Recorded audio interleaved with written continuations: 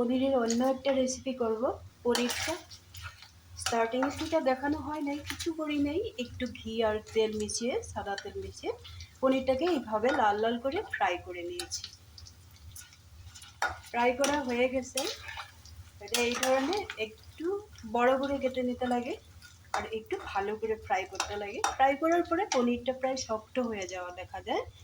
এটাকে কিভাবে আমরা সফট রাখবো প্রসেসটা আমি দেখিয়ে দেবো, আমিও বানাবো, যার জন্য তোমাদের সাথে শেয়ার করলাম। পনিরটা নামিয়ে রাখবো। আমি এদিকে দুধটা বসিয়ে রাখছিলাম। এই দুধের মধ্যেই এখন পনিরটা দিয়ে রাখবো।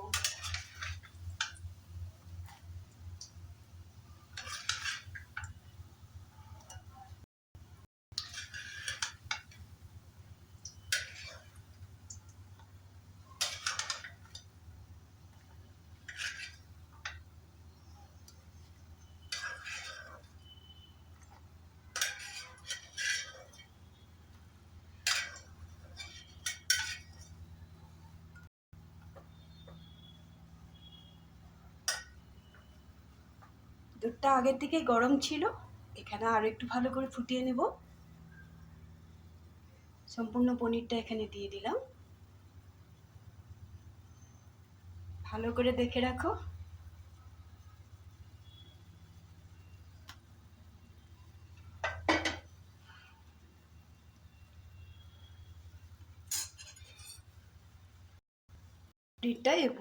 পনিরটা ভালো করে এভাবে ফুটিয়ে নেবে। একদমই নরম হয়ে যাবে। এই দুধটা ফেলেও দিব না, এই সব এখানে যা যা আছে সব আবার পনিরের মশলার মধ্যে অ্যাড করব। এখন এটা নামিয়ে রাখবো। ভালো মতো ফুটানো হয়ে গেছে। এইভাবে দুধের মধ্যে ফুটে, দুধটা একটু ভালো হলেই ভালো হবে। দুধটা আগে থেকে একটু গরম করে রাখবে, তাহলে পনিরটা দেওয়ার সাথে সাথে ফেটে যাবে না। দুধটা নামিয়ে রাখলো। আগের একটু ঘি ছিল কড়াইতে, এটার মধ্যে এখন মশলাটা ফ্রাই করে নেব।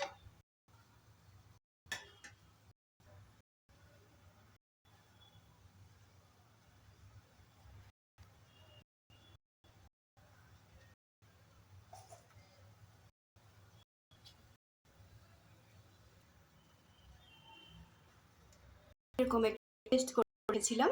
এটার মধ্যে কি কি বলে দিই। ক্যাপসিকাম, পেঁয়াজ, রসুন, কাজু।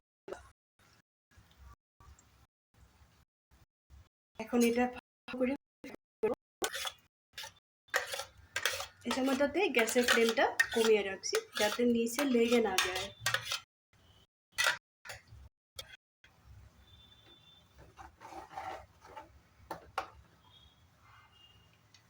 এখানে যা যা মশলা দেওয়ার বাকি ছিল এই মশলাটাও দিয়ে দেব। এখানে আদা বাটাটাও দিয়ে দেব। পেস্ট করার এখানে আদা দেওয়া হয় নাই, আদাটা একটু বেশি করে দিয়ে দিলাম।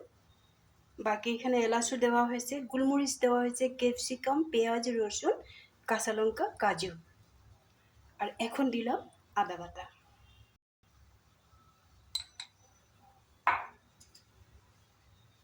এখানে দুইটা তেজপাতা দিয়ে দিলাম। গ্যাসের ফ্লেমটা কিন্তু কমিয়ে রেখেছি, নাহলে পুড়ে যাবে।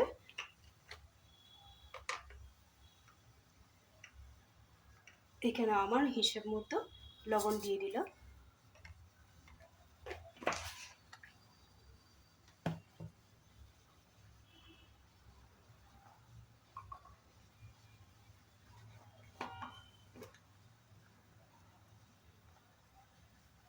একটু দিয়ে দিব হলদি পাউডার।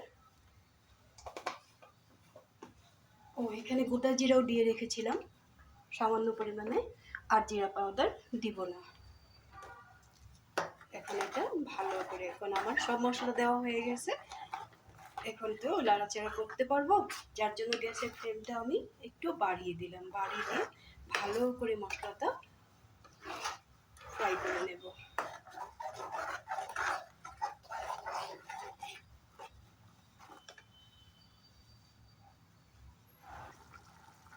এখানে সামান্য পরিমাণে একটু কালারের জন্য, কালারটাও ভালো আসবে, দেখতেও ভালো লাগবে, একটু কাশ্মীরি লঙ্কার পাউডার দিয়ে দিলাম।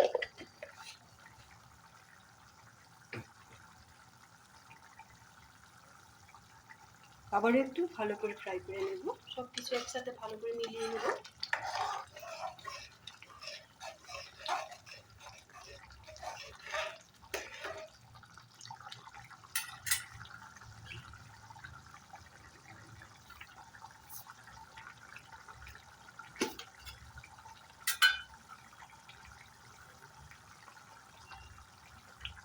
টেস্টের জন্য একটু চিনি দিয়ে দিলাম।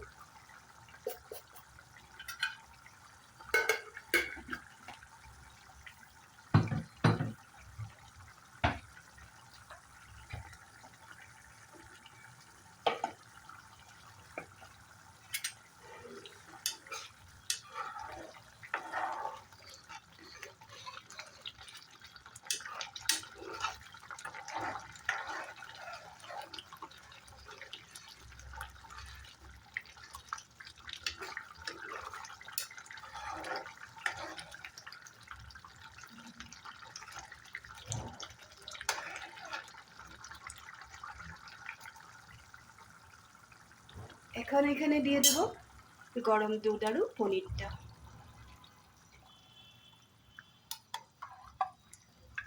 পনিরটা একদমই নরম হয়ে গেছে, আর ঠান্ডা হয়ে গেলে এটা শক্ত হয়ে যাবে না।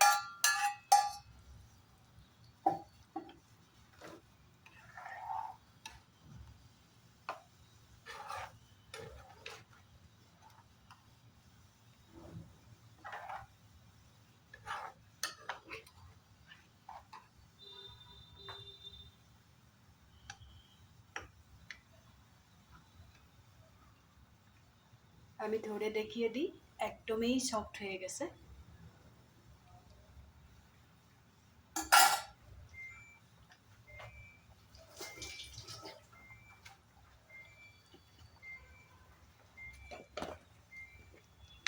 এখন এখানে একটা জিনিস দিয়ে দেব, কসুরি মেথি পাতাটা দিতে একদমই ভুলবে না।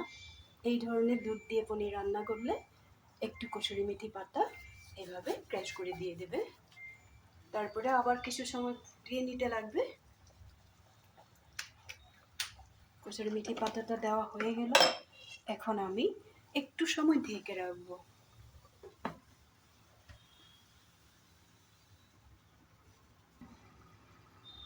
ঢাকনাটা খুলে দেখে নিব।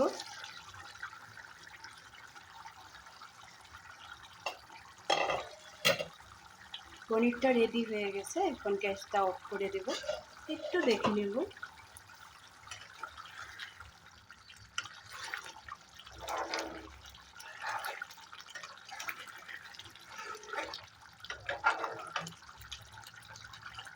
এইভাবে রান্না করলে পনিরটা খুব বেশি সফট হয়।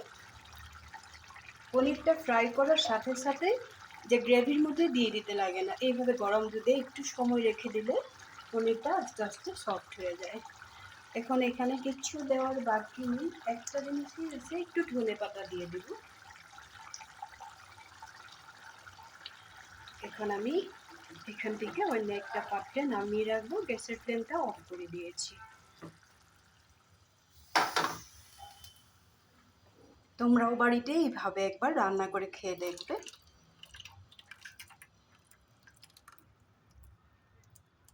এই পনিরের রেসিপিটা কেমন লাগলো কমেন্ট করে বলবে, রান্না করে খাবে, তারপরে বলবে যে কেমন হয়েছে।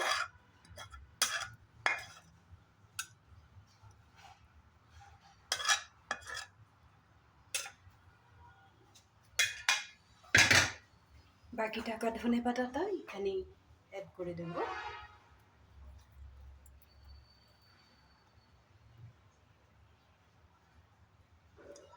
লাইক, শেয়ার আর কমেন্ট করতে একদমই ভুলবে না। সবসময় আমার সাথে থাকবে, ভালো থাকবে, সুস্থ থাকবে। তাহলে আজকের জন্য রাখি।